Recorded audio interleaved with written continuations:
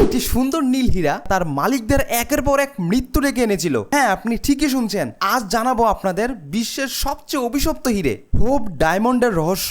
আপনারও চাই নাকি এরকম একটা ডায়মন্ড? তাহলে ফুল স্টোরিটা শুনুন। এই 45 ক্যারেটের হিরেটি 1700 শতাব্দীতে ভারত থেকে পাওয়া গিয়েছিল। কথিত আছে এটি একটি মন্দিরের মূর্তির চোখ থেকে চুরি করা হয়েছিল, আর তারপর থেকে শুরু হয় অভিশাপ। যারা এই হীরাটি ছুঁয়েছেন তাদের পরিণত হয়েছে ভয়াবহ।